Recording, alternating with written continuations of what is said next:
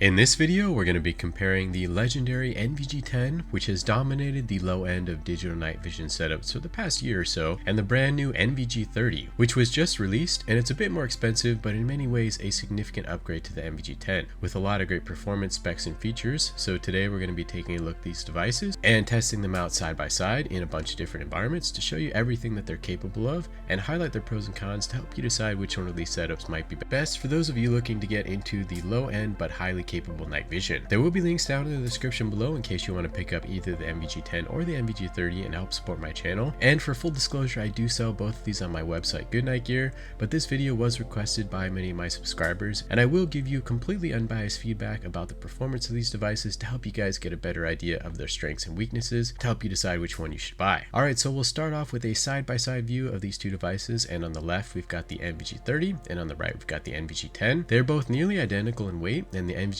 is a little bit longer and the NVG10 is a little bit wider. Both of them have manual adjustable focus, and the objective lens on the NVG30 is a little bit bigger and is going to give you a wider field of view, and we'll touch more on this when we review the footage from the devices. You can record video on the NVG30 using an app, but you can also record video right to the included SD card, which makes capturing video on the device very simple and much easier compared to the app that you have to use to connect your phone via Wi-Fi to record video on the NVG10. The NVG30 has a 940 nm IR illuminator, which is slightly more discreet and stealthy, and the NVG10 has an 850 nm IR illuminator that might be slightly brighter, but if you are running either of these on a helmet, you might consider going with a dedicated IR light to help you conserve battery life. Both the IR illuminators are difficult to see with the naked eye when they're turned on, and unfortunately there's no way to completely turn off the NVG10's IR illuminator, but you can with the NVG30. They both run off of 18650 batteries, and they can be easily changed in the field and have a very similar cap which can be easily unscrewed, but the advantage here goes to the NVG30 if you plan on running 2 units on a bridge, because it's much easier to get the battery out of this unit. The NVG30 does have onboard USB-C charging, which is a huge convenience upgrade, and with the NVG10 you'll need to rely on a dedicated external charger, which does come included in the package. Both of these devices have very similar button layouts and UIs and are relatively simple and easy to get the hang of. Hands-free options for both of these devices are pretty comparable in the box, and they both come with these mounts that are compatible with fast helmet mounts, so you can easily mount them to a helmet, and you can pick up a bridge to run dual NVG10s or NVG30s at the same time. A lot of people have complained that the dual bridge NVG10 setup doesn't fit their faces, including myself, and that they are too far spread apart, but the experience with dual NVG30s is much better. Dual mounting either of these units will only slightly improve the field of view, but they will offer a better viewing experience compared to just having one eye under night vision. And there are some better, more expensive dual mounts which will allow you to have a bit more flexibility, and I'll post a link down to some of those as well. Alright, so now we're going to jump in and take a look at some video from each of these devices to give you a better idea of how their performance compares, and most of the video was taken in the presence of decent moonlight during the half moon phase. Both of these devices will have their IR illuminators turn on midway, but they are overlapping. Alright, so we'll jump into this discussion with what is perhaps the most noticeable and significant difference between the two devices,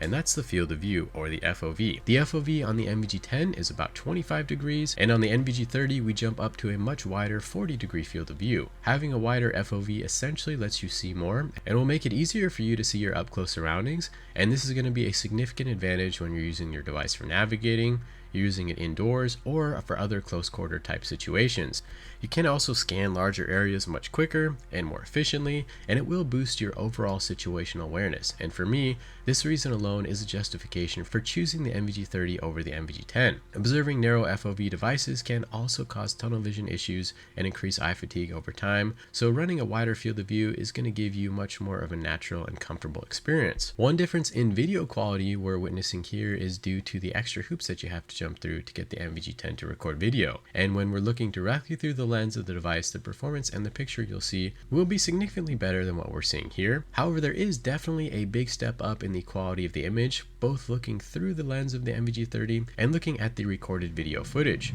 The NVG30 has a high resolution 2K OLED display with a 1920 by 1080 resolution, and it can record in 2560 by 1440 video and audio, which is also an improvement over the NVG10's 1024 by 768 OLED display with alleged 1920 by 1080p video recording, which I was never able to achieve. There's definitely a benefit to having a higher resolution image, and this will help with identification and improve your detection range, and what we see with the NVG30 is much closer to the quality of the picture that you'd expect from a modern analog night vision device like a PVS-14 screen, and I am going to be making a comparison video between these two devices as well, so be sure to subscribe to the channel if you're curious about seeing how digital night vision compares to analog. Overall, the advantages of better quality and higher resolution night vision systems contribute to improved performance and user experience. Next, we will address latency or lag. Reduced lag and latency means that the images captured by the night vision device are displayed to you more quickly, and this enables you to have better understanding of your surroundings, allowing for quicker decision making. While the lag or latency on both of these devices is minimal, there is a slight advantage to the NVG30, which is also going to improve the navigation experience, and this will allow you to move with more confidence and speed and react to threats and obstacles much easier. Both the NVG10 and the NVG30 are pretty good for digital night vision, with their latency being a very small fraction of a second,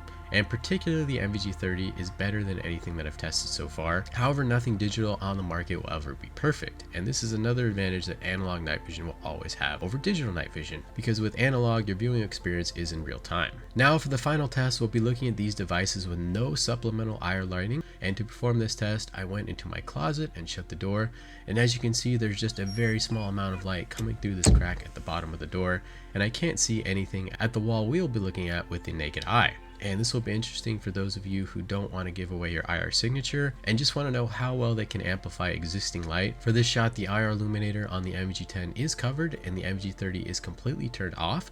On the top left hand side, we've got the NVG10, and as you can see, the performance here is very poor and it's impossible to distinguish anything apart from a tiny reflection of light. Next to that, we've got the NVG30, and there is definitely a significant improvement here in this device's ability to amplify existing light. And while it's faint, it's still usable and it performed much better than I expected. Now in the bottom left, we've got the thermal powered BTI10, and in this environment, the performance seems to fall somewhere between the NVG10 and the NVG30. Finally, on the bottom right, we've got a PVS14, and as you can see, this is just a much better viewing experience than the rest of the devices here, which is what you'd expect from analog night vision. However, it is important to note that the NVG30 is definitely starting to bridge the gap here, and it is still usable in very low light environments without relying on supplemental IR lighting. Hopefully this video was helpful for those of you looking at digital night vision devices, and either way you go, the NVG10 or the NVG30, you're going to get a great performing digital monocular, and I highly recommend either of these to anybody looking to get into an entry-level setup. Let me know what your thoughts are on these two devices down in the comments. And again, there are links down in the description which you can use to help support my channel. I put out a more in-depth review of the NVG30 a few weeks ago, and I'll leave a link to that down in the description below in case you want to check that out too.